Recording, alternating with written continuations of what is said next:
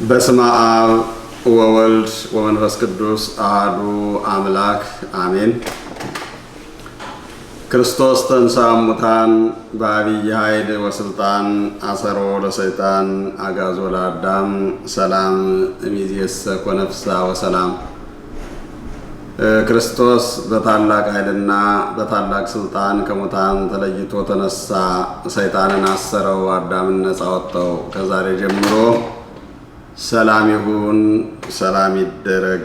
የቅዱስ ያሬድ ድርሰት ነው። የተከበራችሁ ሊቃውንተ ቤተ ክርስቲያን፣ አይንተ እግዚአብሔር፣ ካህናት፣ ልዑካነ ምስጢር፣ ዲያቆናት፣ ምእመናት፣ አባቶች፣ እናቶች፣ ወንድሞች፣ እናቶች፣ በትንሣኤው የከበራችሁ የእግዚአብሔር ልጆች፣ የእግዚአብሔር ቤተሰቦች በእግዚአብሔር ስም እንደምን ዋላችሁ? እንደምን ሰነበታችሁ? እንደምን አላችሁ?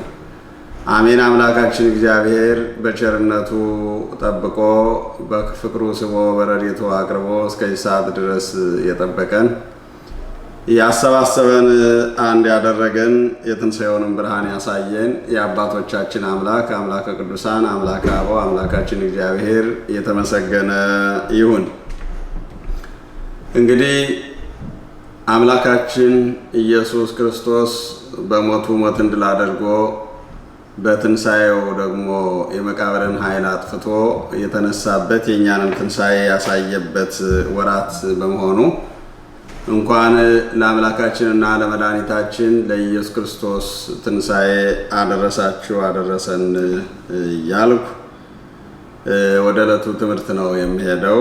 ለዕለቱ ትምህርት መነሻ የሚሆነን የመጽሐፍ ቅዱስ ጥቅስ የሉቃስ ወንጌል ምዕራፍ 24 ቁጥር 34 በአማን ተንሥአ እግዚእነ ወአስተርአዮ ለጴጥሮስ፣ ጌታችን በእውነት ተነስቷል በሚል የትምህርት ርዕስ እንደ እግዚአብሔር ቅዱስ ፈቃድ እንማማራለን።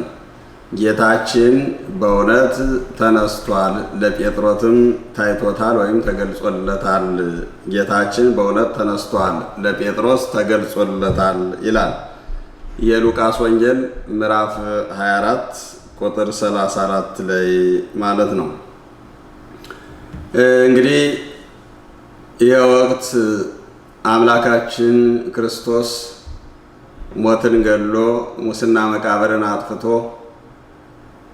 ከመቃብር የተነሳበት ከሙታን ሰፈር የተነሳበት ትንሣኤ እንዳለ በትንሣኤው ትንሣኤን ያሳየበት የክርስቲያኖች ሁሉ መመኪያ ኩራት የሆነ ትልቅ በዓል ነው ትንሣኤ።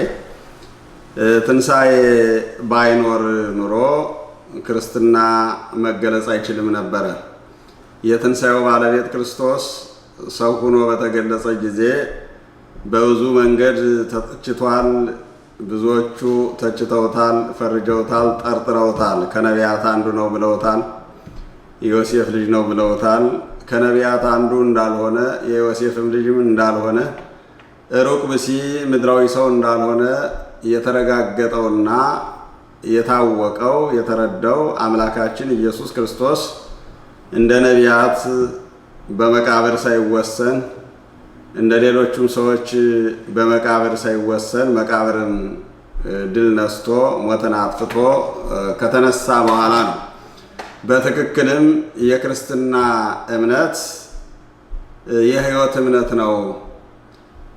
የክርስትና ትምህርት የሕይወት ትምህርት ነው። የክርስትና ባለቤት ሞትን ገድሎ መቃብርን ድል አድርጎ የተነሳው ኢየሱስ ክርስቶስ ነው ብሎ ዓለም እንዲያምን፣ ዓለም እንዲረዳ፣ ትምህርቱ በዓለም እንዲታወቅ፣ እንዲታወጅ፣ እንዲቀጣጠል የሆነው አምላካችን መድኃኒታችን ኢየሱስ ክርስቶስ በእውነት ከሙታን ተለይቶ ስለተነሳ ነው ማለት ነው። ስለዚህ ትንሣኤ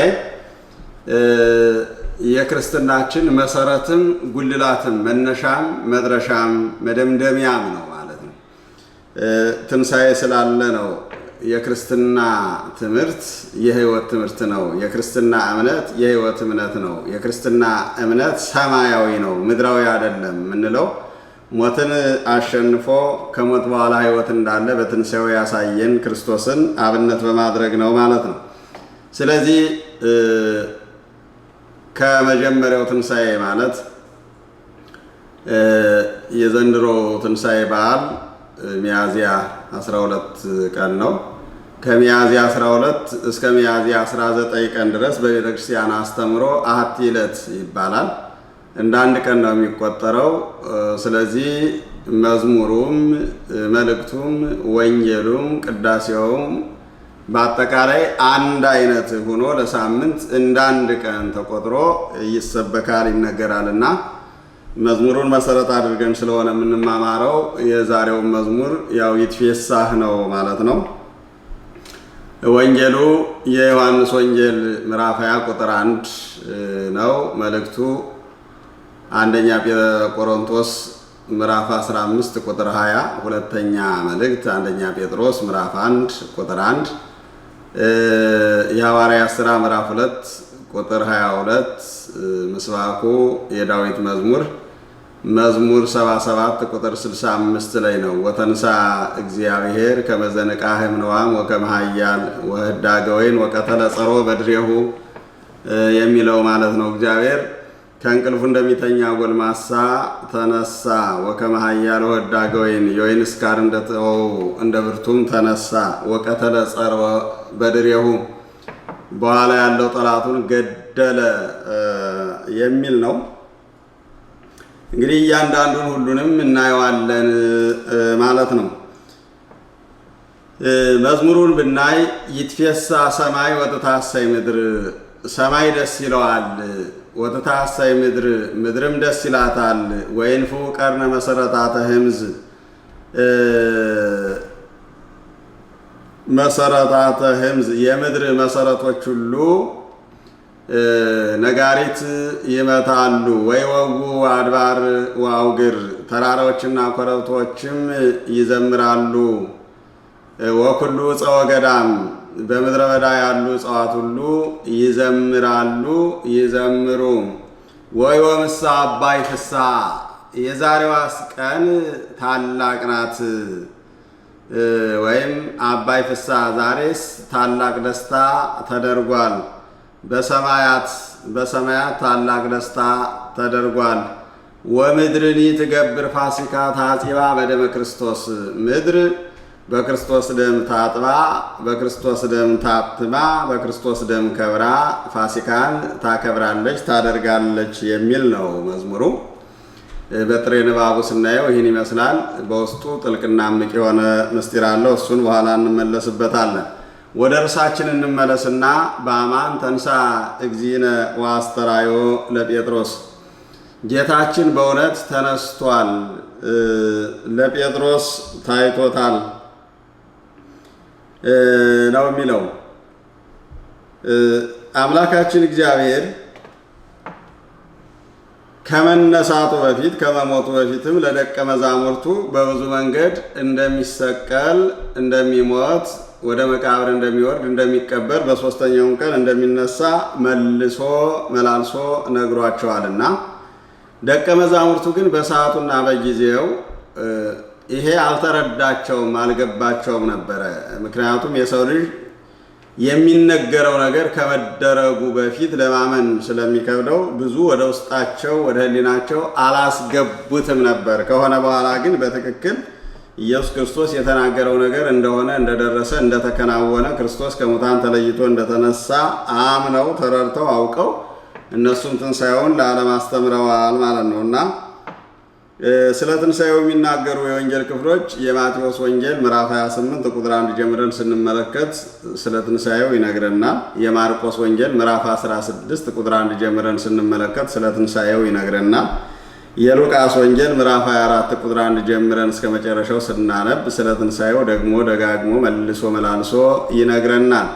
የዮሐንስ ወንጌልም ምዕራፍ 20 ቁጥር 1 ጀምረን ስንመለከት ስለ ትንሣኤው ይነግረናል ማለት ነው እና ማቴዎስን ብናይ እንዲህ ብሎ ነው የሚጀምረው። ወበእሑድ ሰንበት በጽባ አሌለየ አጋይሰ ወሆራ በመቃብር፣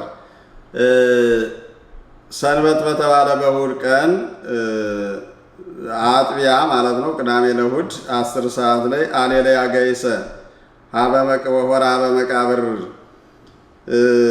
መገስገስን አሌሉያ አቀኑ ማለት ገሰገሱ፣ ወደ መቃብርም ሄዱ። ወወሰዳ ፈዋተ ዘአስተዳለዋ ያዘጋጁትን ሽቶ ወሰዱ። ወካላቴ አንስት ምስሌሆን ሌሎችም ሴቶች ከነሱ ጋር ነበሩ። እነዚህም እንዲህ የሚላቸው ቅዱሳት አንስትን ነው። ክርስቶስ በዚህ ምድር 3 ዓመት ከ3 ወር ወንጌል ሲያስተምር ትምህርቱ ገብቷቸው ተረድቷቸው ስቧቸው ቤታቸውን፣ ሀብታቸውን፣ ንብረታቸውን፣ ትዳራቸውን ትተው ክርስቶስን መርጠው ከክርስቶስ ጋር የነበሩ ወንጌልን ይማሩ የነበሩ በትክክል የወንጌል ዓላማ የገባቸውና የተረዳቸው ሁሉንም ነገር ትተው ክርስቶስን የመረጡ እናቶች ነበሩና ክርስቶስ በተሰቀለ ጊዜ በጎን ሆነው ሲያለቅሱ የነበሩ ከዚያም በኋላ ከተቀበረም በኋላ ሕሊናቸው ማረፊያ አጥቶ ረፍት አጥተው ሌሊቱን ሙሉ ይመላለሱ የነበሩ እናቶች ወደ መቃብሩ እየሄዱ መቃብሩን ይጎበኙ ነበርና ቅዳሜ ለእሑድ ደግሞ በሶስተኛው ቀን እነሳለሁ የሚለው የጌታም ቃል በውስጣቸው ስለሚወጣ ስለሚወርድ ቅዳሜ ለእሑድ ሽቱ ሊዘግቡለት ወይም መቃብሩ ላይ ሽቱ ሊያረበርቡ ብዙ ሴቶች ወደዚያ አቀኑ። ወደ መቃብሩም ሽቱን ወሰዱ። ወካላቴ አንስት ብዙኃት ምስሌሆን ብዙ ሴቶችም ከነሱ ጋራ ነበሩ ነው። ወረከባ ለይቲን አባን ኮርኮረት ምነ መቃብር ደንጃዋን ከመቃብሩ ተነስታ አገኟት። የትኛዋ ደንጃ? ክርስቶስ ከተቀበረ በኋላ መቃብሩ የተገጠመባት ታላቅ ደንጃ ከመቃብሩ ተነስታ አገኟት። ወዋ ወይ ረከባ ስጋሁ ለእግዚእነ ኢየሱስ ክርስቶስ። ወደ ውስጥ ሲገቡ ደግሞ ይላል ማቴዎስ ቅዱስ ማቴዎስ በወንጌሉ ወደ ውስጥ ሲገቡ ደግሞ ወደ መቃብሩ ውስጥ ሲገቡ የኢየሱስ ክርስቶስን ስጋ አላገኙም ነበረ። ስጋው አልተገኘም። ወንዘ ያነክር አወያጣ በእንተ ዝንቱ ስለዚህ ነገር የሚሉትን አጥተው ሲያደንቁ ሲደነቁ ደንጋው ተገለባብጧል፣ ስጋው በውስጥ የለም እያሉ ስለዚህ ነገር ሲያወጡ ሲያወርዱ ሲደነቁ ደግሞ አስተራይወን ክሌቱ ደው ወቆሙ ሀቤውን ወይበርቅ አልባሲሆሙ ሁለት ሰዎች ታዩአቸው፣ በፊታቸውም ቆሙ። ልብሳቸው እንደ ፀሐይ ያበራ ነበር። ወፈራ ዋታታ ገጾን ውስተ ምድር ሴቶቹ እነዚያን ሁለት ሰዎች የተባሉ የመላእክትን ፊት አይተው የልብሳቸው ግርማ ሞገስ አስፈርቷቸው ፈሩ። ፊታቸውንም ወደ መሬት ደፉ። አንድ ሰው ሲፈራ ወይም ሲያፍር ሲደነግጥ ፊቱን ወደ መሬት ነው ማየት የሚችለውና ሞልተው ማየት ስላልቻሉ ስለፈሩ ስለደነገጡ የልብሳቸው ነጸብራቅ አይናቸውን ይበዘብስ ስለነበረ ግርማቸው ስላስፈራቸው በፊታቸው መቆም ስላልቻሉ ራሳቸውን ዝቅ ዝቅ አደረጉ። ወይቤልወን ምን ተታስሳው ለሕየው ምስለ ምውታን ከዚህ በኋላ እንዲህ አሏቸው። እነዚያ ሁለት ሰዎች የተባሉት ሁለቱ መላእክት አባቶቻችን ሚካኤልና ገብርኤል ናቸው ብለው ገልጸዋል። ያም ይሁን ይህ ሁለቱ መላእክት እንዲህ አሏቸው። ምን ተታስሳው ለሕየው ምስለ ምውታን ሕያውን ከሙታን ጋራ ለምን ትፈልጉታላችሁ? እዚህ ላይ ነው እንግዲህ ቅዱሳት አንስት እንዲገነዘቡ እንዲረዱ መላእክት የነገሯቸው ይህን ነበር። ሕያውን ከሙታን ጋራ ክርስቶስ በስጋ ሙቷል፣ ወደ መቃብር ወርዷል። ግን እንደ ሌሎቹ ሙታን ስላልሆነ ሕያውን ከሙታን ጋራ ለምን ትፈልጉታላችሁ? መቃብር ይዞ የሚያስቀራቸው ሙታን ናቸው። እሱ ግን ሕያው ነው። በስጋ ለእኛ ሲል በስጋ ለእናንተ ሲል ቢሞትም በመለኮቱ ግን ሕያው ነውና ለምን ትፈልጉታላችሁ ብለው አሏቸው ይላል። ተንሥአ ያሎ ዝየሰ ተነስቷል፣ ከዚህ የለም ወይም በዚህ የለም። ተዘከረ ቃሎ ዘይቤለክን በገሊላ በገሊላ ያስተምረው የነበረውን ቃል አስቡ። እነሳለሁ፣ እረኛውን ይይዙታል፣ መንጋዎቹ ይበተናሉ፣ ይገሉታል፣ ይሰቅሉታል፣ ወደ መቃብር ይወርዳል፣ በሦስተኛው ቀን ይነሳል እያለ ያስተምር የነበረውን ያንን ቃል አስቡ አላቸው ይላል። ሀለው ለወልደ እጓለ እመሕያው ይግባ ውስተ ደሰብ ኃጥአን ወይሰቅልዎ ወይቀትልዎ ይትነሣ በሳልስት ዕለት እያለ ይነግራቸው ስለነበረ የሰው ልጅ በኃጢአተኞች እጅ ተላልፎ ይሰጥ ዘንድ አለው። ይሰቅሉታል፣ ይገሉታል፣ በሦስተኛው ቀን ይነሳል ያለውን ያን ቃል አስቡ። ወተዘከራ ቃሎ ወአትዮን ማበ መቃብር ነገራሆሙ ዘንተ ለአሰርቱ አሐዱ። አሰቡ ነው የሚለው። ለካ እንዲህ ብሎ ነግሮን ነበረ። በሦስተኛው ቀን እነሳለሁ ብሎ ነግሮን ነበረ። በዚህ ሁኔታ ተነስቷል ብለው እነሱ አምነው ላላመኑት፣ እነሱ ሰምተው ላልሰሙት ለሐዋርያት ሊነግሯቸው ለ11 ሊነግሩ ወደ አሉበት ቦታ ሄዱ። ወቢጾሙሂ ኩሎሙ ወእማንቱ ማርያም መግደላዊት ወዮሐና ወማርያም እንተ ቀለዮባ ነው የሚለው። ለ72ቱም አርድእት ጭምር። እነዚህም ማርያም መግደላዊት፣ ዮሐና፣ ማርያም እንተ ያዕቆብ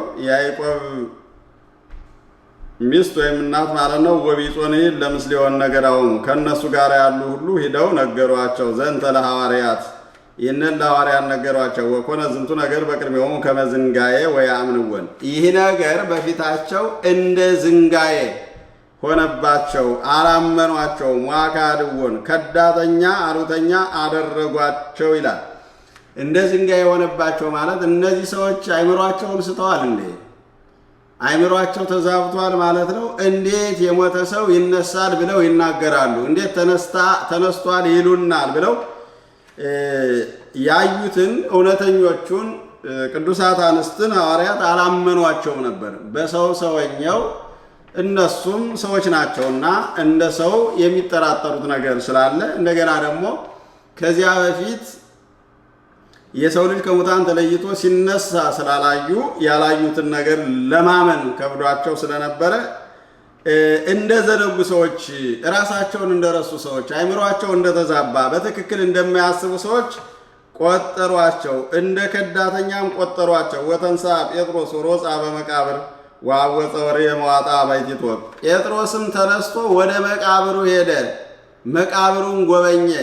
መዋጣ መጎናጸፊያውን ክርስቶስ የተከፈነበትን ወይም የተሸፈነበትን መግነዙን አገኘ ነው የሚለው። ብቻውን አገኘው፣ መግነዙ ለብቻው። ንቡረ ወአተ ወንዘ ያነክር ዘኮነ፣ የሆነውን እያደነቀ ተመለሰ ወይም ገባ። እንግዲህ ይሄ መጀመሪያ ቅዱሳት አንስት ከመላእክት ሰምተው የሰሙትን ለሐዋርያት ነገሯቸው። ሐዋርያት በጊዜው አላመኗቸውም፣ አልተረዷቸውም። እንዲያውም ራሳቸውን እንደረሱ፣ ራሳቸውን እንደዘነጉ፣ አይምሯቸው እንደተዛባ ቆጠሯቸው። ለማረጋገጥ ጴጥሮስ ወደ መቃብሩ ሄደ፣ አየ፣ ተመለከተ፣ ወጣ፣ ገባ። ነገር ግን የተከፈነበት መግነዙ በፍተው ካልሆነ በቀር መቃብሩ ባዶውን ነበረ። እያደነቀ ተመለሰ ነው የሚለው። ይሄ ከሆነ በኋላ ደግሞ በሉቃስ ወንጌል ምዕራፍ 24 ቁጥር 13 ላይ እንደገና በሦስተኛው ቀን ደግሞ ለሁለቱ ደቀ መዛሙርቱ ኢየሱስ ክርስቶስ እንደተገለጸላቸው ይነግረናል። ወይተዕለተ እንዘ ያዕውሩ ክልኤቱ እሙስቴቶሙ። ከነዚያ መካከል ከ120 ቤተሰብ መካከል ሉቃስና ቀለዮጳ ወደ ኤማውስ መንገድ እየሄዱ እያሉ ሀገረ እንተ ትርቅም ኢየሩሳሌም መጠነ 60 ምዕራፍ እንተ ስማ ኤማውስ፣ ከኢየሩሳሌም 60 ምዕራፍ የምትርቅ ኤማውስ ወደምትባል ሀገር ሲሄዱ ወይትናገሩ በበይናቲሆሙ እንተ ኩሉ ዘኮነ፣ ስለሆነው ነገር ሁሉ እርስ በርሳቸው ይነጋገሩ ነበር ይላል። ስለሆነው ስለተደረገው ነገር በዚያ ሳምንት በዕለተ ዓርብ የተደረገውን ነገር ክርስቶስን ኃጥአን ጠላቶች ሊቃነ ካህናት፣ ጸሐፍት፣ ፈሪሳውያን ቤተ አይሁድ ሰቅለው እንደገደሉት፣ ወደ መቃብር እንደወረደ፣ እንደሞተ የሆነውን ነገር ሁሉ ሁለቱ ይነጋገሩ ነበር። ምክንያቱም በሕሊናቸው ስለማይጠፋ ከባድ ስለነበረ ይናገሩ ያወሩ ነበረ። አንደኛ መምህራቸው ነው። 3 ዓመት ከ3 ወር በአግባቡ ከሱ ተምረዋል። ሲርባቸው መግቧቸዋል፣ ሲታመሙ ፈውሷቸዋል፣ ትምህርቱን አስተምሯቸዋል፣ የእጁን ታምራት የቃሉን ትምህርት ሰምተዋል። ስለዚህ በዚህ አይነት መንገድ መገደል፣ መገፋት፣ መገረፍ፣ መገፈፍ የሌለበት ታላቅ ሰው መሆኑን አውቀዋል፣ ተረድተዋል።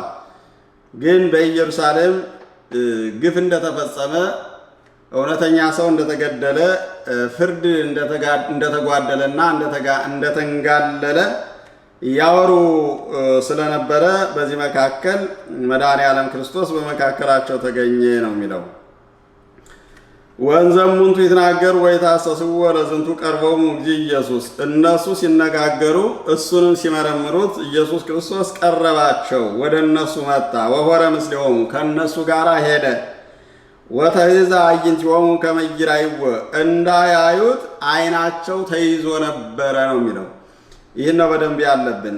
በእርግጥ ስለ ኢየሱስ ክርስቶስ ስንነጋገር፣ ስለ ኢየሱስ ክርስቶስ ስናወራ፣ የኢየሱስ ክርስቶስን መከራ መስቀል ስናስብ አምላካችን መድኃኒታችን ኢየሱስ ክርስቶስ ወደኛ ይመጣል፣ ይቀርበናል፣ ከኛ ጋር አብሮን ይሄዳል፣ ወደምንሄድበት መንገድ ይሄዳል፣ እራሱንም ይገልጽልናል እና እንዳያዩት ግን ዓይናቸው ተይዞ ነበር። ከሱ ጋር እየሄዱ እያወራቸው እያጫወታቸው አብሮ እየሄደ ግን ኢየሱስ ክርስቶስ እንደሆነ ለማወቅ ተስኗቸው ዓይናቸው ተይዞ ነበረ ነው የሚለው። ወይቤሎሙ እግዚእነ ምንትኑ ዝንቱ ነገር ዘተናገር በበይናቲክሙ። ጌታችን እንዲህ አላቸው፣ እርስ በርሳችሁ የምትነጋገሩበት ይህ ነገር ምንድን ነው? ስለ ምንድን ነው የምታወሩት? ይሄ ነገር ለእኔ ግልጽ አይደለም፣ አዲስ ነገር ነው የምታወሩት፣ ምንድን ነው አላቸው። እንዘ ተሐውሩ ትኩዛኒክሙ፣ አዝናችሁ ተክዛችሁ እየሄዳችሁ የምታወሩት ነገር ምንድን ነው አለ። ወአውሳዱ እምኔሆሙ ዘስሙ ቀለዮጳ፣ ስሙ ቀለዮጳ የተባለ ከነዚያ አንዱ ከኒቆዲሞስ አንደኛው ቀለዮጳ ወይቤሎ አንተኑ ባሕቲትከ ነግር ለኢየሩሳሌም ወኢያእመርከኑ ዘኮነ በውስቴታ። አንተ ለኢየሩሳሌም እንግዳ ነህን? እንግዳ ሰው ነህ ማለት ነው።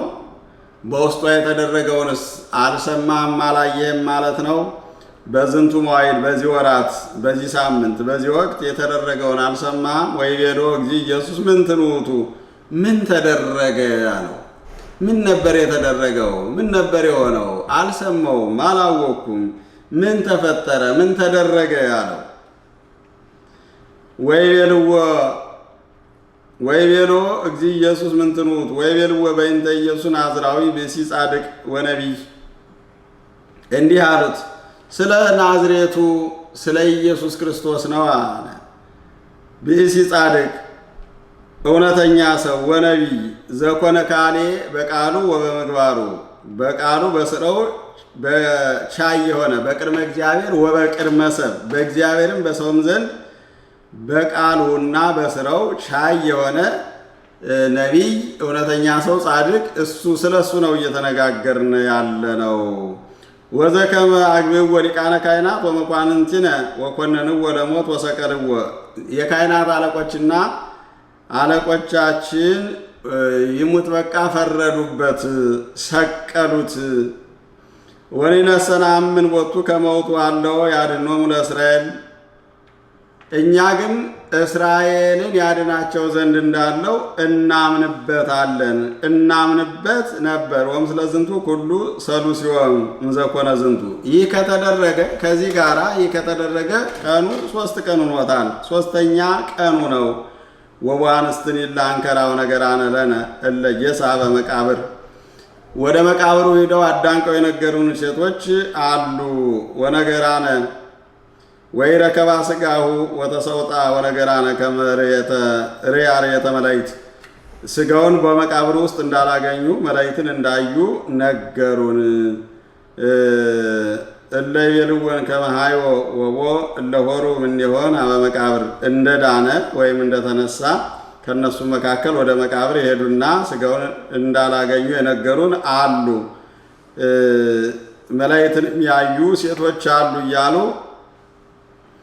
ያናግሩት ነበር ይላል። ኢየሱስ ክርስቶስን እየተከተሉ ወይም አብሯቸው እየሄደ እንዲህ አላቸው። ኢየሱስ ወይቤሎሙ እግዚእ ኢየሱስ ወአብዳን ወጉንዱያነ ልብ ለያሚን። ለዓለማመን ልቡናችሁ የዘነጋ እናንተ ሰነፎች፣ በኩሉ ዘይቤሉ ነቢያት ያሉትን ሁሉ ላለማመን ልቡናችሁ የዘነጋ እናንተ ሰነፎች አላቸው። አኮኑ ከመዛሎ ለክርስቶስ ይትቀተል ወይባ ውስተ ስብሐቲሁ ጌታችን ኢየሱስ ክርስቶስ ይሞት ዘንድ ወደ ክብሩ ይመለስ ዘንድ እንዳለው ነቢያት የተናገሩትን ላለማመን ልቡናችሁ የዘገየ እያለ እዚያ በኋላ ዋዘ ይፈክር ሎሙ የነቢያትን ትንቢት የሆነውን ሁሉ እየነገራቸው እየተረከላቸው እያወራቸው ከሄደ በኋላ ወተከስተ አዕይንቲሆሙ ወአእመርዎ ወጠፋ እምኔሆሙ ዓይናቸው ተገለጠ። ሲደርሱ ወተቆልቆለ ፀሐይ ሲገባ ከእኛ ጋር እደር አሉት። ከእነሱ ጋር ገባ። ማዕዱን ባረከላቸው። ከዚያ በኋላ ዓይናቸው ተገለጠ። ዓይናቸው ተገልጦ ባወቁት ጊዜ መነሳቱን እንዳወቁለት እንደተረዱለት ካረጋገጠ በኋላ ከነሱ ተሰወረ። ከዚያ በኋላ እነሱ ወደ ኢየሩሳሌም ተመለሱ ለመናገር እንዲህ አሉ። ወረከብዎሙ ለአሰርቱ አሐዱ ጉባኤሆሙ ወለእለ ምስሌሆሙ 11ዱን ተሰብስበው አገኟቸው። ከነሱ ጋር ያሉት 120 ቤተሰብ አገኟቸው። እንዘ ይብሉ አማን ተንሥአ እግዚእነ ወአስተርአዮ ለጴጥሮስ በእውነት ክርስቶስ ተነስቷል፣ ጌታችን ተነስቷል፣ ለጴጥሮስም ታይቶታል ብለው ነገሯቸው ይላል። ከዚህ በኋላ ነበረ ጌታችን ኢየሱስ ክርስቶስ ወንዘ ዘንተ ይትናገሩ ቆመ ማእከሎሙ እግዚእ ኢየሱስ። ይህን ሲናገሩ ጌታችን ኢየሱስ ክርስቶስ በመካከላቸው ቆሞ ወይቤሎሙ ሰላም ለክሙ ሰላም ለእናንተ ይሁን አስታረኳችሁ ብሎ መነሳቱን ነገራቸው ይላል። እንግዲህ አምላካችን መድኃኒታችን ኢየሱስ ክርስቶስ በብዙ መንገድ በብዙ ሁኔታ ትንሣኤው እንዲታወቅ ወደ 10 ጊዜ ከዚያም በላይ ለደቀ መዛሙርቱ መነሳቱን ገልጾላቸዋል፣ ታይቷቸዋል። ከሙታን ከተነሳ በኋላ ማለት ነው። ይሄ በሉቃስ ወንጌል የተመዘገበው ነው። በማቴዎስ ወንጌል ብናይ እንዲሁ፣ በማርቆስ ወንጌል በተለይ በተደጋጋሚ ደግሞ መልሶ ለብዙ ሰዎች ታይቷቸዋል። ኢየሱስ ክርስቶስ ከሙታን ተለይቶ መነሳቱን ለመግለጽ ታይቷቸዋል፣ ተገልጾላቸዋል። አስተርአዮሙ እግዚእነ እምድኅረ ተንሥአ እሙታን ጌታችን ኢየሱስ ክርስቶስ ከሙታን ከተነሳ በኋላ ተገለጸላቸው ይላል ማርቆስ 16:8 ከሙታን ከተነሳ በኋላ ተገለጸላቸው። ሁለተኛ ወተንሥኦ በጽብዓ በእሑድ ሰንበት አስተርአያ ቅድመ ለማርያም መግደላዊት ወተንሥኦ በጽብዓ በእሑድ ሰንበት እሑድ በሰንበት ቀን ከሙታን ተለይቶ ተነስቶ መጀመሪያ ለማርያም መግደላዊት ተገለጸላት። እንተባቲ አውፃ 7 አጋንንት 7 አጋንንትን ላወጣላት ለማርያም መግደላዊት ተገለጸላት ይላል ማርቆስ 16:9 ወይእቲ ሐዊራ ዜነወቶሙ ለእለ ምስሌሁ ሀለው ይላሁ ወይበክዩ ወእሙንቱ ሶበ ሰሙ ከመ አስተርአያ ወሕያው ውእቱ ያምንዋ ወእምዝ አስተርአዮሙ። ከዚህ በኋላ እሷ ሂዳ ደግሞ ከእሱ ጋር የነበሩትን እሱ በመሰቀሉ በመሞቱ ወደ መቃብር በመውረዱ ሲያለቅሱ ሲያዝኑ ሲተክዙ ለነበሩት ሁሉ ሂዳ ክርስቶስ ተነስቷል፣ ሕያው ነው፣ አታልቅሱ፣ አትዘኑ፣ እንደተነሳ መላእክት ነግረውናል፣ ለእኔም ታይቶኛል ብላ ስትነግራቸው አላመኗትም። ወእሙንቱ ሶበ ሰሙ ከመ አስተርአያ ወሕያው ውእቱ ያምንዋ እንደታያት ሕያው እንደሆነ እንደተነሳ በነገረቻቸው ጊዜ አላመኗትም። ወእምዝ አስተርአዮሙ ለክልኤቱ እምኔሆሙ በካልእ ራእይ እንዘ ያዕውሩ። ከዚህ በኋላ ደግሞ እሷን ስላላመኗት ስላልተረዷት ከነዚህ መካከል ደግሞ ለሁለቱ በበረሃ ሲሄዱ ታያቸው፣ ተገለጸላቸው ይላል። ይሄ ደግሞ ማርቆስ 16:12 ላይ ያለ ነው ማለት ነው። ወእምዝ ካዕበ እንዘ ይረፍቁ አሰርቱ ወክልኤቱ አስተርአዮሙ ወገሠጾሙ በእንተ ጽነተ አሚኖቶሙ ወግእዘ ጽና ልቦሙ እስመ ለእለ ርእይዎ ከመ ተንሥአ ያምንዎሙ። ከዚህ በኋላ ደግሞ ለ12ቱ ተገለጸላቸው። ስለ ልቡናቸው ጽናት ስላለማመናቸውም ገሰጻቸው ነው የሚለው። እንደተነሳ ከነገሯቸው በኋላ እንደተነሳ ካስተማሯቸው በኋላ ባለማመናቸው ገሰጻቸው ብሎ ይናገራል። የማርቆስ ወንጌል ምዕራፍ 16 ቁጥር 14 ላይ ማለት ነው። ይህ ሁሉ አሁን ኢየሱስ ክርስቶስ ሐዋርያት በአግባቡ የክርስቶስን መነሳት አምነው ተረድተው ለዓለም እንዲናገሩ እንዲያስተምሩና በዚህ ትንሣኤ ዓለም አምኖ ይህን ትንሣኤ አውቆ እንዲጠቀምበት የክብር ትንሣኤ እንዲነሳበት የኢየሱስ ክርስቶስን አምላክነት ተረድቶ የኢየሱስ ክርስቶስ ልጅ እንዲሆን መድኃኔዓለም ክርስቶስ ትንሣኤው ለዓለም እንዲዳረስና እንዲናገር ፈልጎ በተለያየ መንገድ ተገልጾላቸዋል። ወንዘ ያውራ ይንግራወሙ ለአርዳዩ ተራከቦነ እግዚእ ኢየሱስ በፍኖት ወይቤሎን በአክን ወቀርባ ወአዛገሪው። ሴቶቹ ሊነግሯቸው ንገሯቸው ብሎ መላእክት ነግሯቸው ስለነበረ ሊነግሯቸው ሲሄዱ ጌታችን ኢየሱስ ክርስቶስ በፍኖት ተገናኛቸው። ሰላም አደራችሁ፣ ደህና ናችሁ፣ እንዴት ናችሁ ብሎ ድምፅ አሰማቸው። እነሱም ወደ እሱ ቀረቡና እግሩን ይዘው ሰገዱለት። ወምዝ ይቤሎን እግዚእ ኢየሱስ ይትፍራ ሁራ ንግራውሙ ለአርዳዬ። ፈርተው ደንግጠው ስለነበረ ጌታችን እንዲህ አላቸው፣ አትፍሩ፣ ሂዱና ለወንድሞቼ ንገሯቸው፣ ገሊላ እቀድማቸዋለሁ ወይም በገሊላ እንገናኝ ብሏቸዋል ብላችሁ ንገሯቸው ብሎ ይናገራል። የማቴዎስ ወንጌል ምዕራፍ 28 ቁጥር 9 ላይ ማለት ነው። ዋርዳይ ሁሰ አሰርቱ አሐዱ ሆሩ ውስተ ገሊላ አበ ደብር ዘአዘዞሙ እግዚእነ ኢየሱስ ወተወሪው ወሰገዱ ሎቱ።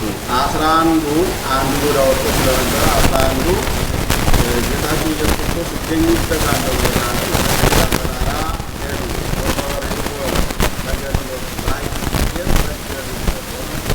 ናፈቁ። ግማሾቹ ግን ተጠራጠሩ ይላል። መንፈቅ የሚለው ቶማስን ነው። ከነዚያ ቶማስ ሊሆን አይችልም፣ የተወጋ ጎኑን ካላየው ተነሳ ብዬ አላምንም ብሎ ተጠራጥሮ ስለነበረ ወመንፈቆሙሰ ናፈቁ ብሎ ስድስቱ እንደተጠራጠሩ አድርጎ አንዱ በመካከል ስለተጠራጠረ መንፈቆሙ ብሎ ተናገረ ይላል። ወቀርበ እግዚእ ኢየሱስ ወይቤሎሙ ወተናገሮሙ ተወበሊተ ኩነኔ ሰማይ ወምድር። ጌታችን ኢየሱስ ክርስቶስም ወደ እነሱ ቀርቦ እንዲህ አላቸው፣ የሰማይና የምድር ስልጣን ተሰጥቶኛል አላቸው ይላል ማባቡ ማቴዎስ 28:17 ላይ ያለ ነው። ይሄ ደግሞ አሁን የሚያሳየው የሰማይና የምድር ስልጣን ተሰጠኝ ያላቸው ብዙ ጊዜ እነሱ ሰው ነው ብለው ይጠራጠሩ ስለነበረ በቂሳርያም የጠየቃቸው ለዚያ ነው። አሁን ግን ከትንሣኤ በኋላ የሰማይም የምድርም ንጉሥ መሆኑን ገለጸላቸው ማለት ነው። በእርግጥ የሰማይም የምድርም ስልጣን የተሰጠው በማኅፀነ ማርያም ስጋን ሲዋሃድ ነው። ተሰጠው የተባለው ስጋ ነው። ለስጋ ከተዋሕዶ በፊት የሰማይና የምድር ስልጣን አልነበረውም። የባሕርይ አምላክነት አልነበረውም። የመግዛት ስልጣን፣ የመስጠት ስልጣን፣ የማኖር፣ የመግደል፣ የመሾም፣ የመሻር ስልጣን አልነበረውም እና አሁን ግን የቃል ስልጣን የስጋ ስልጣን የስጋ የቃል ስልጣን ስለሆነ ያንን ለመግለጽ የገለጸው ነው ማለት ነው። ሉቃስ 24:15 ሉቃስ 24:34 ዮሐንስ 20:1 ዮሐንስ 20:14 ዮሐንስ 20:20 ሁሉ መድኃኔዓለም ክርስቶስ ለሐዋርያት እንደተገለጸላቸው ያሳየናል፣ ያስረዳናል። በአማን ተንሥአ እግዚእነ ወአስተርአዮ ለጴጥሮስ። በእውነት ጌታችን ኢየሱስ ክርስቶስ ተነስቷል፣ ለጴጥሮስም ታይቶታል ነው። አሁን እንግዲህ ትንሣኤን ስናከብር ወይም ስለ ትንሣኤው ስንናገር አምላካችን መድኃኒታችን ኢየሱስ ክርስቶስ ሞትን ድል አድርጎ መቃብርን ገሎ የተነሳው መነሳት ነው። ከዚያ በፊት ለ5500 ዘመናት ብዙ ሰዎች ሙተዋል። ብዙ ሰዎች ወደ መቃብር ወርደዋል። መቃብር ወስኖ አስቀርቷቸዋል። ወደ አፈርነት ቀይሯቸዋል። ወደ ትቢያነት ቀይሯቸዋል። አምላካችን መድኃኒታችን ኢየሱስ ክርስቶስ ግን ኃያል ስለሆነ አምላክ ስለሆነ ፈጣሪ ስለሆነ መቃብር ይዞ ሊያስቀረው አልቻለም። ለዚያ ነው ያንን የዓለም ሕዝብ አውቆ ተረድቶ ከትንሣኤ መነሳቱን ተረድቶ ትንሣኤውን ተቀብሎ አምኖ ይድንበት ዘንድ በተለያየ መንገድ በተለያየ ቦታ በተለያየ ሁኔታ በተለያየ አጋጣሚ ለሁለቱም ለአንዷም ለ11ዱም ለሌሎቹም ለ7ቱም እየተገለጸ ትንሣኤው ይረዳለት ዘንድ ትንሣኤውን በአግባቡ እስከሚረዱና እስከሚያውቁ ድረስ መድኃኔዓለም ክርስቶስ በተደጋጋሚ በተለያየ ጊዜ በተለያየ ቦታ በተለያየ ሁኔታ መነሳቱን ሐዋርያት ነግሯቸዋል፣ ገልጾላቸዋል። ለምን ከተባለ አንደኛ የመጀመሪያ ሐዋርያት እንደተነሳ አውቀው አምነው እነሱ እንዲድኑ የክብሩ ተካፋይ እንዲሆኑ፣ በሁለተኛ ደረጃ ከትንሣኤ በኋላ ቤተክርስቲያንን የሚረከቡ የቤተክርስቲያን አባቶች መምህራን ሐዋርያት ስለሆኑ የግድ ያስተማራቸው የሞተላቸው ክርስቶስ ከመቃብር ካልተነሳ ወጥተው ማስተማር ስለማይችሉ መስበክ ስለማይችሉ ምን ብለው ለመስበክም ስለሚቸገሩ፣ ምክንያቱም ያስተምራቸው የነበረ ይመክራቸው የነበረ የተከተሉት ቤታቸውን፣ ሀብታቸውን፣ ርስታቸውን፣ ጉልታቸውን፣ ቤተሰቦቻቸውን፣ ልጆቻቸውን ትተው የተከተሉት ክርስቶስ በሞት ተወስኖ የሚቀር ከሆነ ሐዋርያት ያፍሩ ነበረ፣ ይዋረዱ ነበረ፣ ዓለም ይስቅባቸው ነበር፣ ለመኖር እንኳ እድል አይኖራቸውም ነበር። ምክንያቱም እሱ በጠላትነት ተፈርጆ የቄሳርን መንግስት ሊቀማ ነው ተብሎ እንደ ወንጀለኛ በፍርድ አደባባይ ቆሞ ተፈርዶበት ስለሞተ እንደ ሞተ ቢቀር ኑሮ አደለም ወጥቶ ማስተማር ይቅርና በዚያ ከተማ ለመኖር በዚያ ሀገር ለመኖርም ሐዋርያት አይችሉም ነበረ። የወንጀለኛ ተከታዮች፣ የአሉተኛ ተከታዮች፣ የወንበዴ ተከታዮች ተብለው እነሱም ይታሰሩ ይገደሉ ነበር። ግን እንዳይፈሩ እንዳያፍሩ በኩራት እንዲናገሩ አይሁድን ትላንት ይፈሯቸው ያፍሯቸው የነበሩ አይሁድን እንዳይፈሯቸው ያደረጋቸው የክርስቶስ ትንሣኤ ነው። ክርስቶስ በዚያ መንገድ በዕለተ ዓርብ ተሰቅሎ ስጋውን ቆርሶ ደሙን አፍሶ 6666 ጅራፍ ተገርፎ ያን ሁሉ መከራ ተቀብሎ ከሞተ በኋላ እንደገና ሞትን ገሎ መቃብርን አጥፍቶ በተነሳ ጊዜ በትክክልም ኢየሱስ ክርስቶስ ወደዚህ ዓለም የመጣው እኛን ለማዳን ነው። ስለዚህ እኛም ይህን ተከትለን እንደሱ መከራ ተቀብለን ብንሞት እሱ እንደተነሳ ያነሳናል። እሱ እንደሞተ ብንሞትም እሱ እንደተነሳ እንነሳለን። ትንሣኤን አሳይቶናል። ሞት አቅም እንደሌለው መቃብር አቅም እንደሌለው አሳይቶናል ብለው በኩራት እንዲሰብኩ እንዲያስተምሩ እንዳይፈሩ እንዳያፍሩ ያደረጋቸው የክርስቶስ ከሙታን ተለይቶ መነሳት ነው። ትንሣኤ የቤተ ክርስቲያን ሁለንተናዊ ምስጢር ነው። ትንሣኤ ባይኖር ኑሮ ቤተ ክርስቲያን የምትባል በዚህ ምድር አትኖርም ነበር፣ አትመሰረትም ነበር። ማንም ሊያምን ሊቀበል አይችልም ነበር፣ መቀበልም አልነበረበትም። ምክንያቱም መስራቹ ክርስቶስ ከሙታን ካልተነሳ ማን ሊቀበል ይችላል? ግን ትንሣኤ የቤተ ክርስቲያን መሰረት ስለሆነ ከዚያ በኋላ የፈሩ የነበሩ ሐዋርያት ምንም እንኳ በስጋ የሚያስፈራ ነገር ቢኖር ከባድ ቢሆንም ረሃብ፣ ጽም፣ ችግር ቢኖርም የክርስቶስ መነሳት ግን ደስታቸው ስለነበረ ትንሣኤውን እየዞሩ አስተምረዋል፣ መክረዋል፣ ተናግረዋል። ለምን? የትንሣኤው ጸጋ በእነሱ ላይ ስላደረ ያም ኃይል፣ ብርታት፣ ጽናት ስለሆናቸው ወኪያነ ያነሳን በትንሣኤው እኛንም በትንሣኤው ያነሳናል ብሎ ቅዱስ ያሬድ እንደተናገረው ሁሉ ሐዋርያትም ያን ተስፋ አድርገው ነው። ከዚያ በኋላ ሰማዕታት ሐዋርያነ አበው የሚባሉት ለአንበሳ የተጣሉት ወደ ባሕር የተጣሉት ሰማዕታት አንገታቸውን የሰጡት ትንሣኤን ተስፋ በማድረግ ነው። ወንሴፍ በትንሣኤ ሙታን የሙታንን ትንሣኤ ተስፋ እናደርጋለን። አሁን ያለው ስጋችን ቢሞት አሁን ያለው ስጋችን መከራ ቢቀበል ወደ መቃብር ቢወርድ በክርስቶስ ታድሶ ተቀድሶ ይነሳል።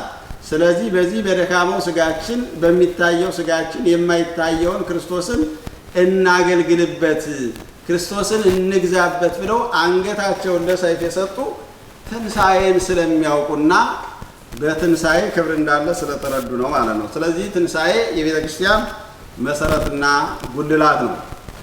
ትንሣኤ እንደሚሆን ብዙ ነቢያት አስቀድመው ተናግረዋል። ነቢየ እግዚአብሔር ዳዊት ወተንሳ እግዚአብሔር ከመዘንቃም ነው። እግዚአብሔር ከእንቅልፉ እንደነቃ ሰው ተነሳ።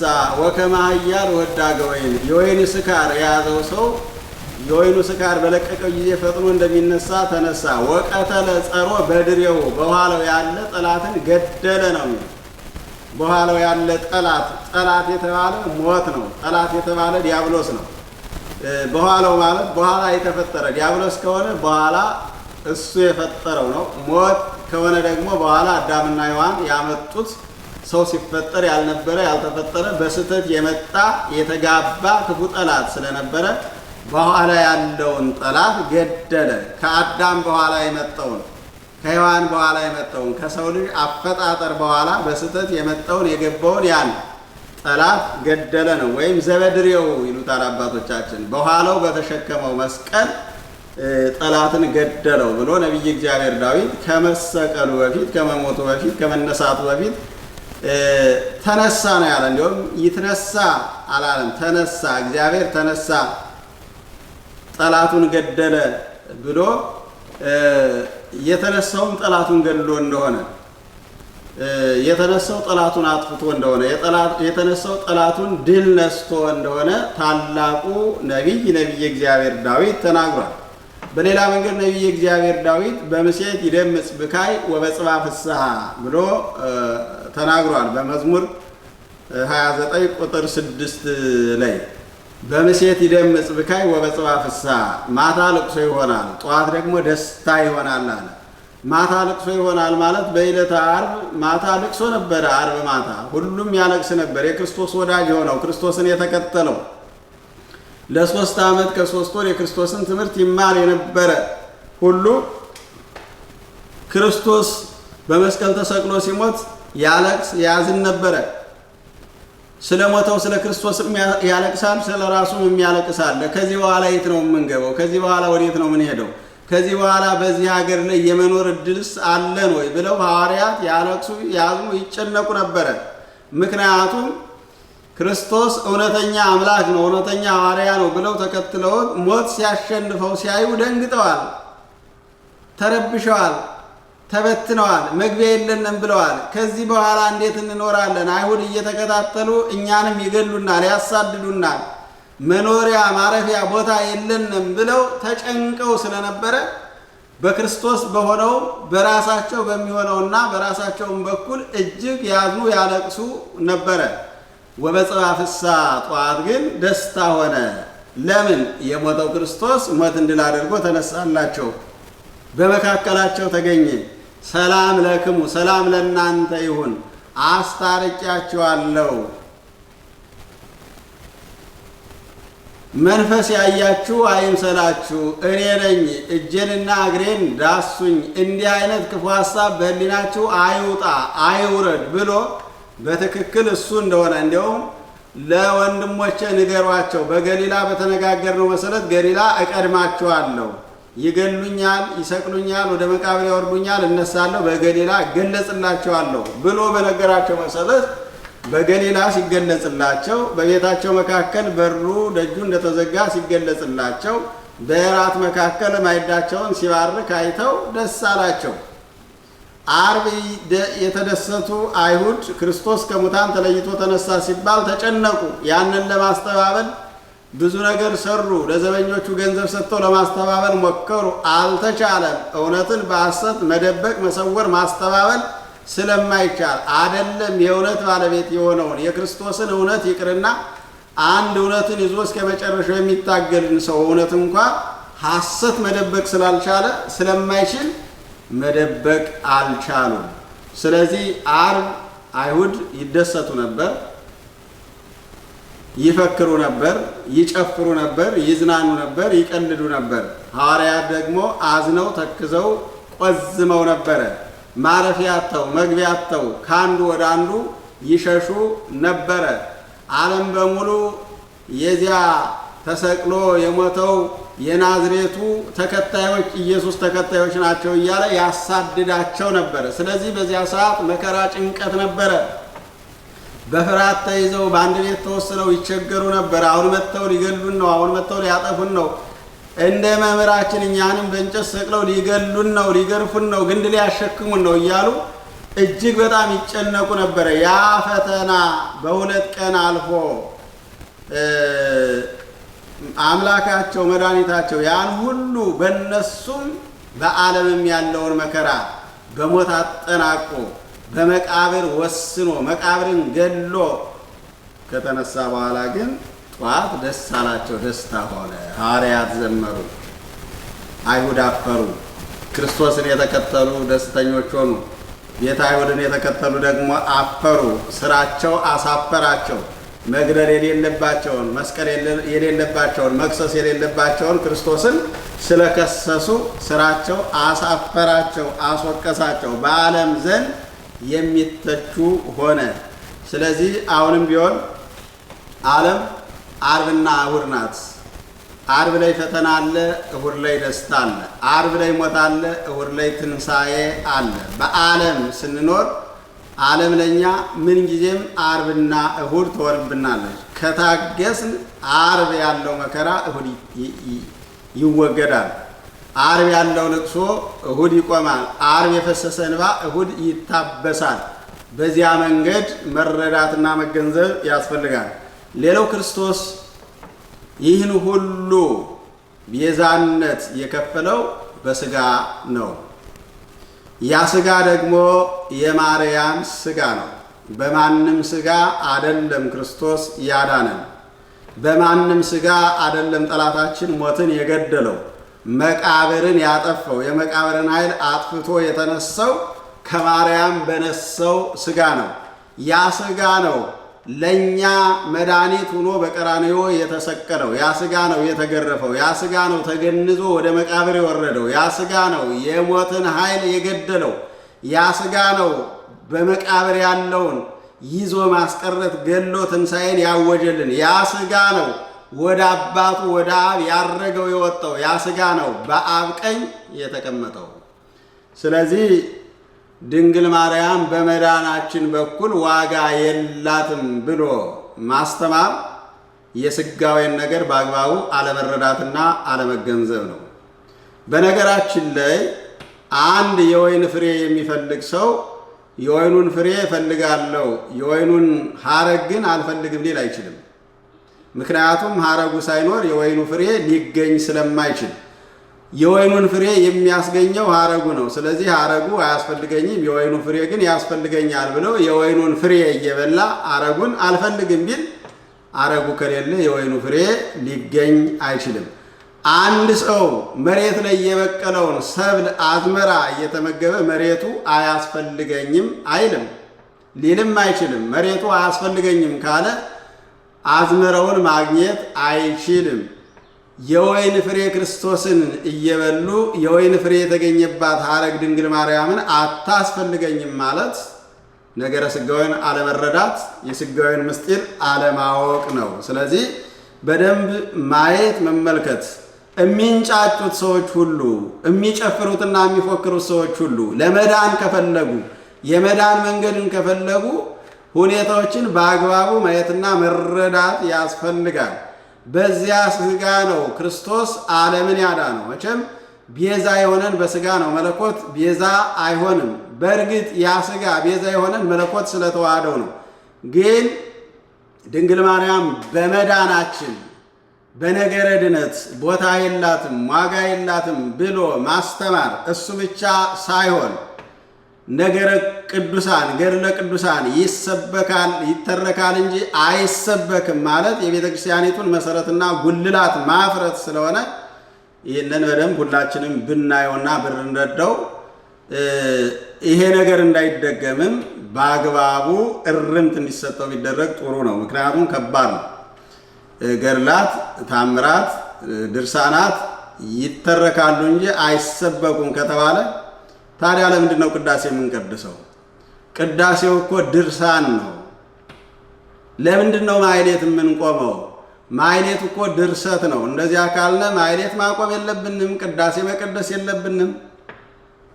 እንዲህ እያሉን ስለሆነ ይህንን በደንብ መገንዘብ ያስፈልጋል። የለም ቅዳሴ መቀደስ የለባችሁም፣ ማሕሌት መቆም የለባችሁም፣ ሰዓታት መቆም የለባችሁም፣ የቅዱሳን ክብር መዘከርም መታሰብም የለበትም፣ ትምህርት አይሆንም፣ ለትምህርትነት የሚጠቅም አይደል። ለምንድን ነው የማይጠቅመው? የቅዱሳን ሕይወት ለእኛ ትምህርት ነው። ከሄድንበት አልቻልነውም አልሄድንበትም እንጂ መኖር ከቻል ከሄድንበት እጅግ በጣም የሚጠቅም ነው። ቅዱሳን ይህን ሁሉ ዋጋ የከፈሉት የትንሣኤውን ክብር ለማግኘት ነው። ስለዚህ የቤተ ክርስቲያኒቱን የተሰናሰለና የተሳሰረ ታላቅ አስተምሮ ታላቅ ቀኖና አፍርሶ ሌላ ለመተካት መፈለግ ቤተ ክርስቲያኒቱን ማፍረስ ስለሆነ ይህን ሁሉም ሰው እንዲመለከተው የሚያስፈልግ ይመስለኛል። ከባድ አካሄድ ስለሆነ አካሄዱ ቀለል አድርገን ባናየው፣ ቤዛ የሚለውን ብቻ መመልከት የለብንም። አጠቃላይ የቤተ ክርስቲያኒቱን ማንነት የሚንድ ስለሆነ ይሄ ደግሞ ከተናደ ሁሉም ነገር ስለሚቀር ይህንን በደንብ አይተን በዚህ መንገድ የሚናገሩት ሰዎች አደብ እንዲገዙ፣ ራሳቸውን እንዲያውቁ፣ ተመልሰው ምን እየሰሩ እንደሆነ እንዲያስተውሉ አደብ እንዲገዙ ማድረግ ያስፈልጋል። በቤተ ክርስቲያን ውስጥ ነው። የሚገርመው ነገር የቅዱሳን ገድል የማይሰበክ ከሆነ እኒያ ሰው በየትኛው መንገድ ነው አባት ተብለው አባት ሊባሉ የሚችሉት? ቅዱሳን በአባትነት የማይሰበኩ ከሆነ ለሕይወታችን የማይጠቅሙ ከሆነ የማያስተምሩን ከሆነ ከቅዱሳን ሕይወት የምንማረው ነገር ከሌለ እሳቸው ምን ሊያደርጉልን ነው እዚያ ላይ የተቀመጡት? የቅዱሳኑ ሕይወት እኛን የማያስተምር ከሆነ የእሳቸው ሕይወት እንዴት ሊያስተምረንስ ይችላል? ይህንን በደንብ ማየትና መረዳት ያስፈልጋል። ያስተማረን የመከረን የገሰጸን የአባቶቻችን አምላክ አምላከ ቅዱሳን እግዚአብሔር የተመሰገነ ይሁን። ወስብሐት ለእግዚአብሔር።